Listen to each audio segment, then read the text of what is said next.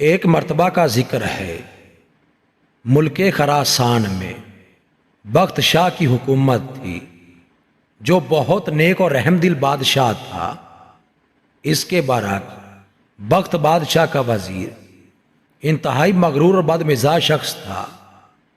وزیر بننے کے بعد قوت و اختیارات اور دولت کی ریل پیل نے اس کا دماغ خراب کر دیا تھا، جس کی وجہ سے وہ ہر شخص کو حقیر سمجھتا تھا۔ ایک دن بادشاہ بخت شاہ، وزیر اور ان کا خاص ملازم سفر پر روانہ ہوئے۔ وہ تینوں علیحدہ علیحدہ گھوڑوں پر سوار تھے۔ جب وہ ایک صحرا سے گزرے تو اچانک انہیں ریت کے طوفان نے گھیر لیا۔ گرد و غبار کی وجہ سے انہیں راستہ دکھائی نہیں دے رہا تھا، لیکن ملازم نے بادشاہ کا ساتھ نہ چھوڑا اور اس کے ساتھ رہا، جبکہ وزیر ان سے بچھڑ گیا۔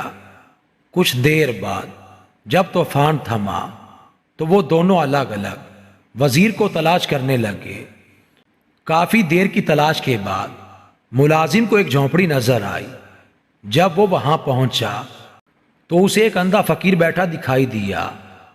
ملازم نے اس سے انتہائی بدتمیزی سے پوچھا، اندھے، کیا تو نے اس طرف سے کسی گھڑ سوار کے گزرنے کی آواز سنی ہے؟ فقیر نے جواب دیا، نہیں بھائی، مجھے تو کوئی سنائی نہیں دیا۔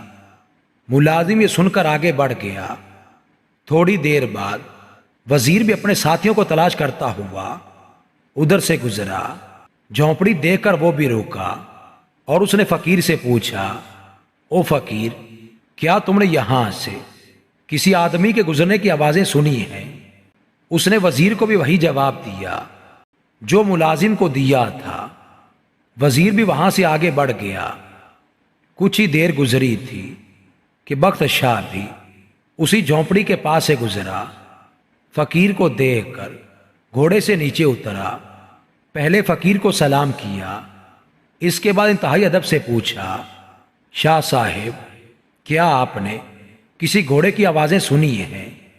نبینا فقیر نے جواب دیا، جی ہاں جہاں پناہ۔ پہلے حضور کا ملازم ادھر سے گزرا، پھر آپ کا وزیر۔ بادشاہ کو یہ سن کر بہت حیرت ہوئی۔ اس نے پوچھا، شاہ صاحب، آپ تو نابینا ہیں، آپ کو کیسے معلوم ہوا کہ میں بادشاہ ہوں؟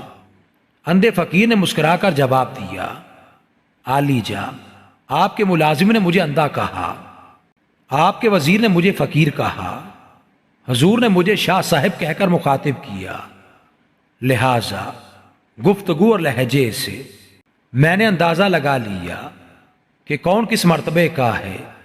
بخت شاہ فقیر کی باتوں سے بہت خوش ہوا اور اسے انعام و اکرام دینے کی کوشش کی، لیکن فقیر نے لینے سے انکار کر دیا۔ بادشاہ فقیر کی جھونپڑی سے رخصت ہو کر محل میں پہنچا، جہاں ملازم اس کا انتظار کر رہا تھا۔ اس نے اسے فقیر سے بےہودہ انداز میں گفتگو کرنے پر سرزنش کی۔ اس دوران وزیر بھی محل میں پہنچ گیا۔